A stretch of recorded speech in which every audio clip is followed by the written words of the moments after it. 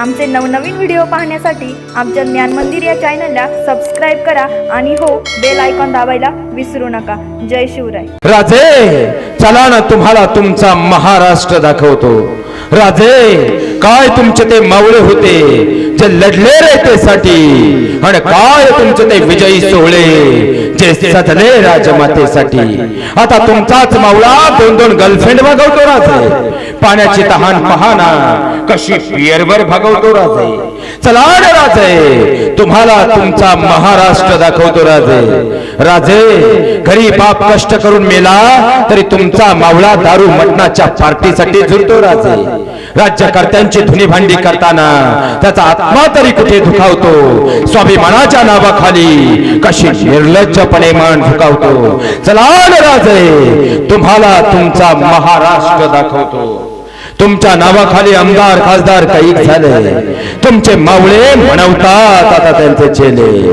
त्यांचाही डोळा आता पक्षाचा झेंडा पाहून सुकावतो. म्हणून सह्याद्रीच्या कड्याकडे हिमालय डोळे वर करून रोखावतो. चला राजे तुम्हाला तुमचा महाराष्ट्र दाखवतो. आज खऱ्या अर्थाने या महाराष्ट्राच्या पटलावरती या महाराष्ट्राला घडवणारा एक राजा झाला. त्या राजांचं नाव आहे छत्रपती शिवराय. खऱ्या अर्थानं जर आज आम्हाला या शिवजयंतीच्या निमित्तानं पुन्हा एकदा या सुराज्याचं स्वराज्य करायचं असेल तर खऱ्या अर्थानं महाराष्ट्राला घडवणारे वीर शिवबा घराघरात जन्माला यावे लागतील तरच खऱ्या अर्थानं उद्याचं स्वराज्य घडेल. शिवबा वीर शिवाजी शिवबा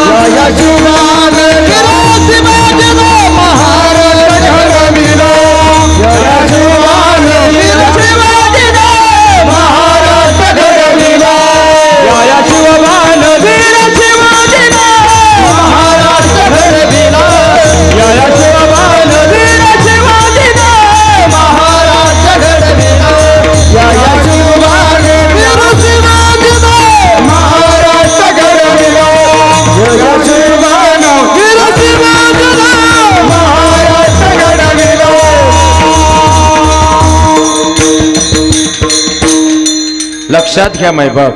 खऱ्या अर्थानं हा महाराष्ट्र माझ्या राजांनी घडवला. राजांनी अफजल खान फाडला अवश्य म्हणावं. शाहिस्तेखानाची बोटं तोडली अवश्य म्हणावं. पण त्या अगोदर इथं बसलेल्या प्रत्येक माऊलीनं एकच विचार करावा की खऱ्या अर्थानं माझ्या राजानं चबाळ शुभानं वयाच्या 5व्या वर्षी रयतेचे हाल पाहिले आणि शिवनेरीच्या टोकावरून गर्जना दिली. मासाहेब मी मिळवीन ते राज्य, मी घडवीन ते बळीराज्य, मी होईन तो राजा. वयाच्या 13व्या वर्षी रोहिडेश्वर घेतला. वयाच्या 14व्या वर्षी तोरणा हातात आलाय. पण कसं शक्य झालं? अरे मासाहेब जिजाऊंचे ते संस्कार होते आणि खऱ्या अर्थानं मासाहेब जिजाऊंनी दिलेले संस्कार होते. त्या संस्काराचा हा परिपाक होता म्हणून बाळ शिवबा छत्रपती शिवराय म्हणून घडले. खऱ्या अर्थानं जर उद्याचे शिवबा घडवायचे असतील तर आमच्या घरातली पहिल्यांदा जिजाऊ घडणं गरजेचं आहे. पण आता आमच्या घरातली जिजाऊ जर 7 वाजता मिसेस मुख्यमंत्री, 7:30ला तुझ्यात जीव रंगला, 8 वाजता माझ्या नवऱ्याच्या बायकोमध्ये या सिरियल मध्ये व्यस्त असेल तर उद्याचे शिवराय घडतील का हा सगळ्यात मोठा प्रश्न आहे. त्यासाठी आज आमच्या घरातलं वातावरण पहिल्यांदा आम्हाला बदलावं लागेल. आज आमच्या घरातलं वातावरण आम्हाला घडवावं लागेल आणि त्यासाठी हे आव्हान पहिल्यांदा घरातल्या सासू सुनेनच पेलावं लागेल. ही सगळ्यात मोठी अवस्था आहे. आता जर मी मगाशीच तुम्हाला सांगितलं की पहिल्यांदा आमच्या घरातल्या सासूसासऱ्यांना आम्हाला आई वडील म्हणून स्वीकार करावं लागेल तसं प्रत्येक बसलेल्या सासूबाईला सुद्धा आपली सून ही मुलीसारखीच वागवावी. तुम्ही तो बोलायच तयार नाही. आपली सून आपल्याला मुलीसारखी वागवावी लागेल. आता मला सांगा, इथं बसलेल्या सगळ्या प्रत्येक आईची इच्छा आहे आपल्या पप्याचं लग्न झालं, आपल्या पप्यानं गुड्डी आणली म्हणजे त्या गुड्डीनं आपल्याला आई म्हटलं, आई म्हटलं, आई म्हटलं. मागच्यांच्या डोक्यात वेगळी खटकी असेल, आत्या म्हणलं पाहिजे, आत्या आत्या आत्या. आता आत्या आता आली काळजात बसली म्हणजे आई आई झाली. मग खऱ्या अर्थानं तुमच्या सुनेनं जर तुम्हाला आई म्हटलं पाहिजे, भगवान परमात्म्याची शपथ घेऊन इथं बसलेली कोणती सासू असं सांगेल का मी खरंच काळजापासून माझ्या मुलीला माझ्या सुनेचाच दर्जा दिलाय. मी माझ्या सुनेला भगवंताची शपथ घेऊन सांगते का मी माझ्या सुनेला माझ्या मुलीचाच दर्जा दिलाय.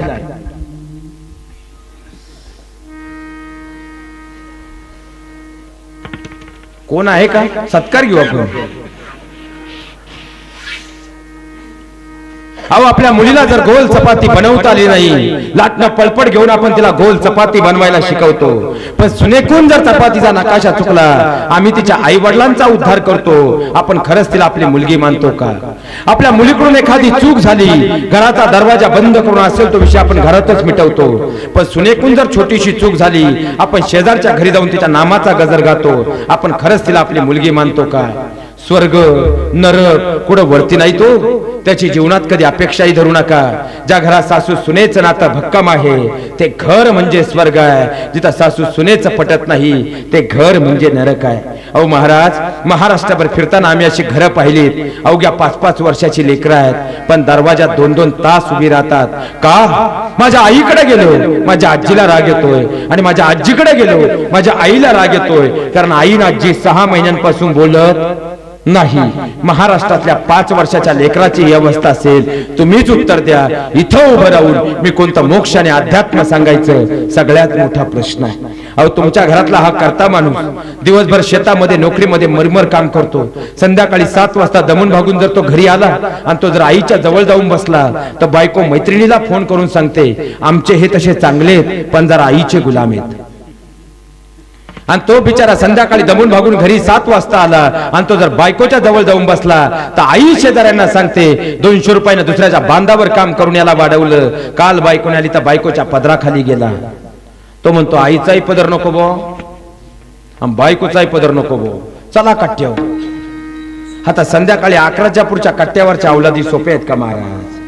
निम्या 90 हनेल. घे चमचाभर, घे चमचाभर, घे चमचाभर, घेतली चमचाभर, आला डुलत घरी. चुकत्या मुलाची. अहो, घरातलं वातावरण जर सात्विक असेल ना, पुढच्या 7 पिढ्या घडल्याशिवाय राहणार नाही. पण घरातलं वातावरण जर सात्विक नसेल तर 7 पिढ्यांची माती झाल्याशिवाय राहणार नाही. एखादा म्हटला बा महाराज काही बोलले, तुम्ही विषय सोडून चाललात का? उघडा ज्ञानेश्वरी, काढा पहिला अध्याय, 37 क्रमांकाची ओवी. जैसे मूळ सिंचिते सहजे, शाखा पल्लव संतोषजी. जर मुळाला पाणी घातलं, झाडाची पानं फुलं प्रफुल्लित होतात. कुटुंबाच्या मुळाशी संस्कार पेरा, 7 पिढ्या घडल्याशिवाय राहणार नाही. तरी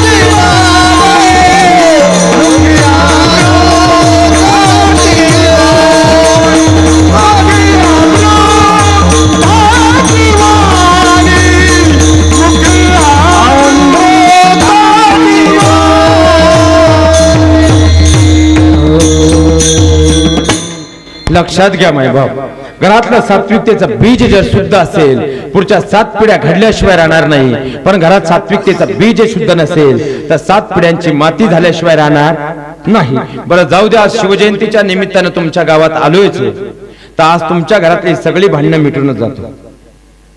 मी सायकोलॉजीचा प्राध्यापक आहे, माझा उपाय फोल जाणार नाही.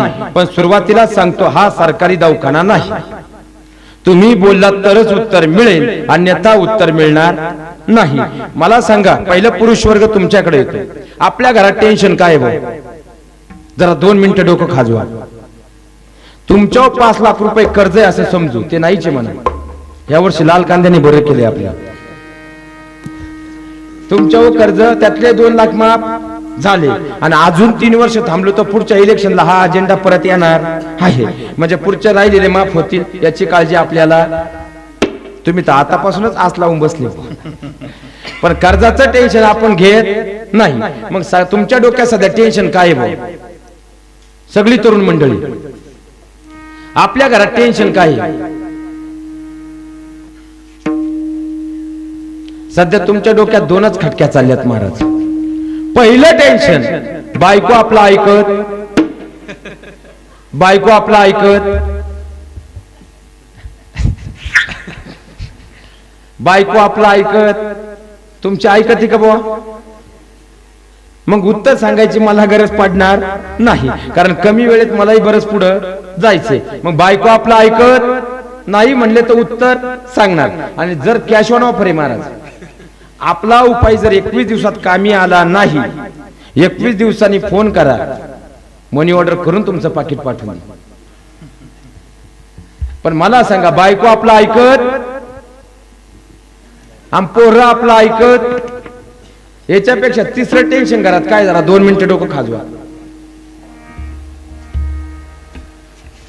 आणि सगळ्या महिला वर्ग तुमच्या डोक्यात फक्त एकच खटकी, मला कमीत कमी रोज कन्सल्टेशनला 5 केस याचे.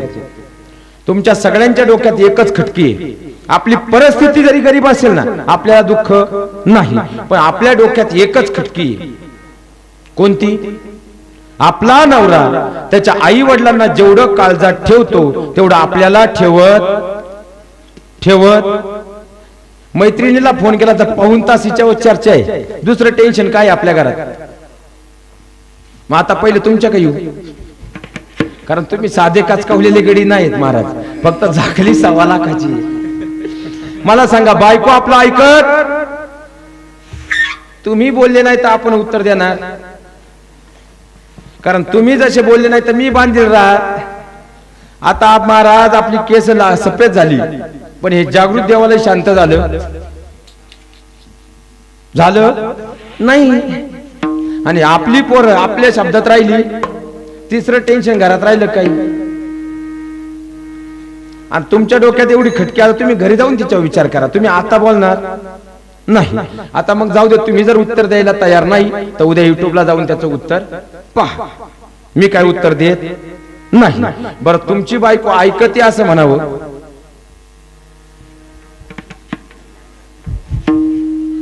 तर मग 5 वचन तुम्ही सगळे कुठे बसलेत? आता मंदिराच्या गाभाऱ्यात आहात. आणि आपल्या गावातील हे जागृत देवालय आहे, त्यामुळे एक वेळ आपला श्वास जाईल, पण इथं बसून आपण खोटं बोलू शकत, पुरुष वर्ग खोटं बोलू शकत नाही. मग ठीक आहे, तुम्हाला तर तुम्ही बोलायला तयार नाही तर फक्त 5 वचन तुम्ही मला द्यायची. तुम्हाला अपेक्षा आहे मी उत्तर देईल का? बघ, त्यासाठी काय करावं लागेल, पण मी हुशार आहे महाराज. तुम्ही बोलल्याशिवाय मी उत्तर देत नाही. मग 5 वचन मी तुमच्याकडे मागणार आहे. ही 5 वचन तुम्ही मला देणार नाहीत. तुम्ही कुणाला देणार आहात? भगवान परमात्म्याला देणार आहात. त्यामुळं जर तुम्हाला मान्य असेल आणि शेवटच्या श्वासापर्यंत तुम्ही ते पाळणारच असाल तरच तुम्ही टाळी वाजवायची, अन्यथा वाजवायची नाही वाजवली तर तुमच्यावर कोणी केस करणार नाही. मग मी तुमच्याकडे 5 वचन मागतोय. ज्यांना शेवटच्या श्वासापर्यंत पाळतील त्यांनीच ते वचन सांगितल्यावर टाळी वाजवायची. आणि तुम्ही टाळी वाजवली म्हणजे भगवान परमात्मा ते लॉक करून घेणार आहे. म्हणजे आपल्याला तसं वागायचंच आहे. मग पहिलं वचन, आजपासून ह्या क्षणापासून मी माझ्या सासू सासऱ्यांना आई वडिलांचाच दर्जा देईल. ज्यांना मान्य आहे त्यांनी टाळी वाजवा, ज्यांना मान्य नाही त्यांनी टाळी वाजू नका, कारण वचन तुम्ही देवाला देताय. तुम्ही फुगून घ्या बरं. मी माझ्या सासू सासऱ्यांना आई वडिलांचाच दर्जा देईल. माग जीसीपी आलाय का भाऊ? दुसरं वचन बसलेल्या सगळ्या सासूबाईंकडून, आजपासून मी माझ्या सुनेला माझ्या मुलीचाच दर्जा देईल. खायला बडदून हे महाराज, तुम्ही जर ऐकायला तयार नाही तर त्यांनी काय तुमचा मागता घेतलाय? मग मी माझ्या सुनेला आजपासून माझ्या मुलीचाच दर्जा देईल. बघून घ्या बरं तुम्ही.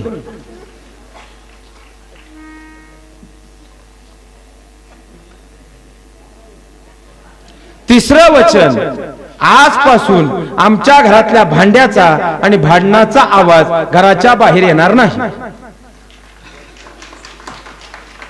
इकडे वाजूच नका तुम्ही, तुम्ही थंड धरा भाऊ जरा. माग डबल जीसीपी आला का भाऊ? आता आजपासून आमच्या घरातल्या भांड्याचा आणि भांडणाचा आवाज घराबाहेर येणार नाही.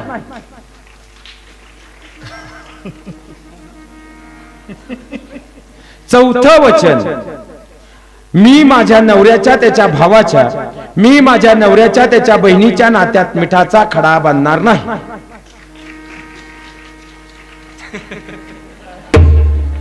आणि शेवटचं पाचवं वचन, आता ह्या क्षणापासून मी माझ्या नवऱ्याला कदापिही टाकून बोलणार नाही.